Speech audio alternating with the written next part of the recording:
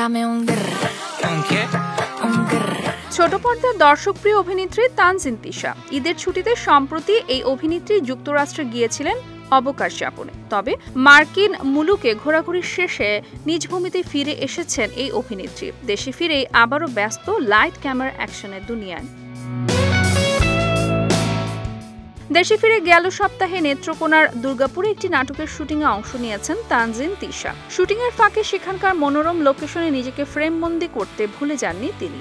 সেখানে তোলা কয়েকটি স্থির চিত্র সামাজিক যোগাযোগ মাধ্যম ইনস্টাগ্রামে পোস্ট করেছেন এই অভিনেত্রী।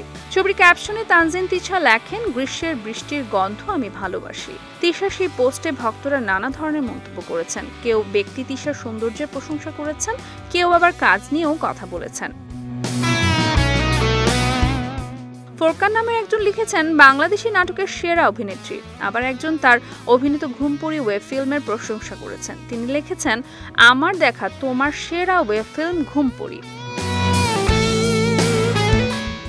ইনস্টাগ্রামে তানজিন তিশা পোস্ট করা এসব স্থির চিত্রে ভক্তদের ভালোই সাড়া পড়েছে। ৩৩,০০০-এর ওপরের মানুষ রিয়াকশন দিয়েছে আর প্রায় ৩০০-রও বেশি মন্তব্য এসেছে।